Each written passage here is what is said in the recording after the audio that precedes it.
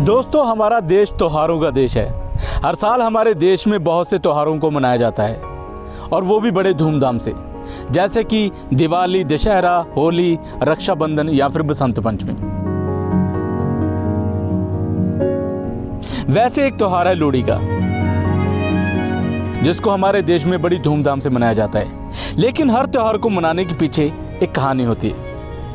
आज हम आपको बताएंगे कि लोहड़ी के त्योहार को मनाने के पीछे क्या इतिहास है, क्या कहानी है।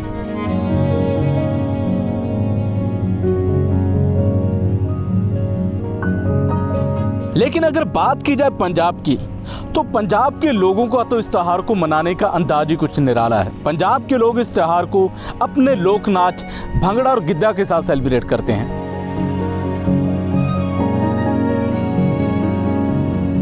छोटे छोटे बच्चे टोलियां बनाकर पूरे गांव के घरों में जाकर लोहड़ी मांगते हैं।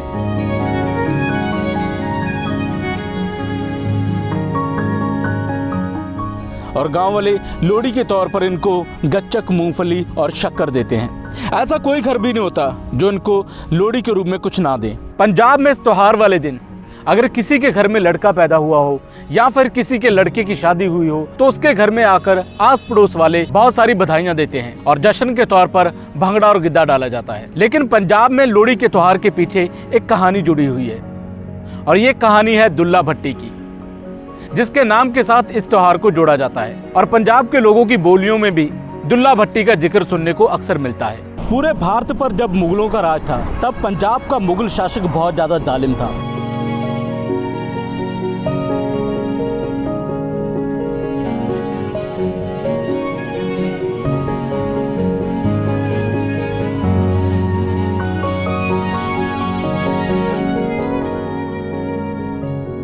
उसी वक्त पंजाब का एक योद्धा था जिसका नाम था दुल्ला भट्टी।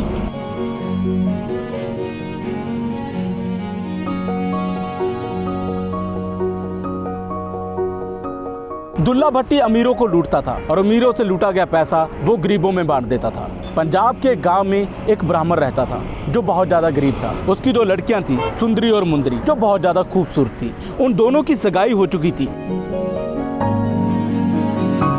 साथ ही किसी गांव में, लेकिन अभी शादी होनी बाकी थी। लेकिन मुगल शासक को जब उन दोनों लड़कियों की सुंदरता के बारे में पता चला, तो उसने योजना बनानी शुरू कर दी उन दोनों लड़कियों को उठाने की। तो दूसरी तरफ ब्राह्मण को इस बात की भनक लग गई थी कि मुगल शासक उसकी बेटियों को उठाने के लिए आने वाला है। तो ब्राह्मण साथ वाले गाँव में, जहाँ पर उसकी लड़कियों की सगाई हुई थी, वहाँ पर पहुँचता है। उनसे जाकर बात करता है कि वो उनकी लड़कियों को बिना शादी किए अपने घर में ले आए।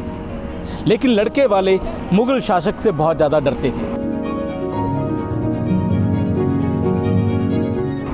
इसलिए उन्होंने ऐसा करने से मना कर दिया। ब्राह्मण जब अपने गांव की तरफ वापस लौट रहा था, तो रास्ते में एक घना जंगल था।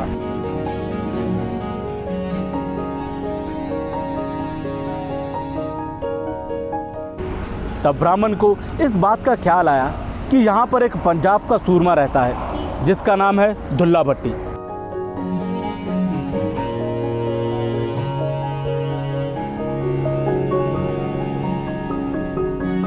जो गरीब लोगों की बहुत ज़्यादा मदद करता है। बस फिर क्या, ब्राह्मण ने दुल्ला भट्टी को ढूंढना शुरू कर दिया। और जब दुल्ला भट्टी ब्राह्मण को मिला, तो ब्राह्मण ने अपनी सारी व्यथा उनको सुना दी। तो दुल्ला भट्टी ने उनसे कहा कि आप फिक्र मत कीजिए, आपकी बेटियां मेरी बेटियां हैं। मैं उनकी शादी अपने हाथों से करूंगा और उनका कन्यादान भी मैं खुद करूंगा। और ब्राह्मण से कहा कि आप बेफिक्र होकर घर पर चले जाएं। और जाते वक्त ब्राह्मण से दुल्ला भट्टी ने लड़के वालों का पता ले लिया। शादी फिक्स हो गई। लेकिन लड़के वाले इस बात से डरते थे कि वो दिन में बारात लेकर नहीं जाएंगे, इसलिए लड़के वालों ने कहा कि वो रात के वक्त जंगल में ही शादी करेंगे। जंगल में शादी की तैयारियां शुरू हो गई।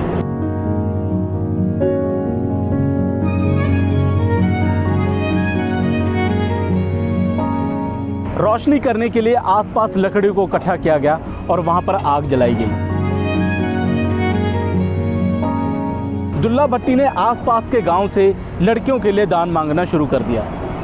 जिन घरों में नई शादियां हुई थी, या फिर जिन घरों में लड़कों ने जन्म लिया था,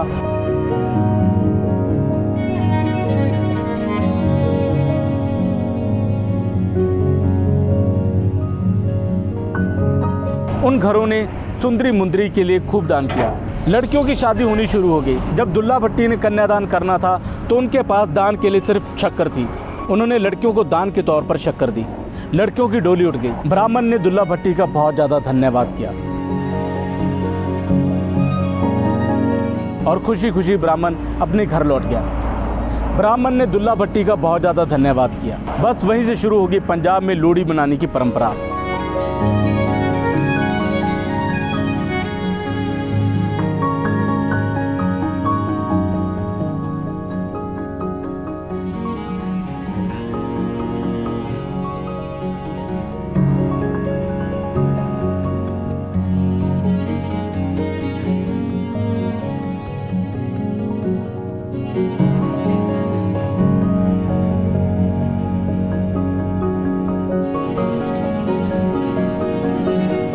और दुल्ला भट्टी के नाम पर एक बहुत ज़्यादा लोकप्रिय गीत भी गाते हैं पंजाब के लोग।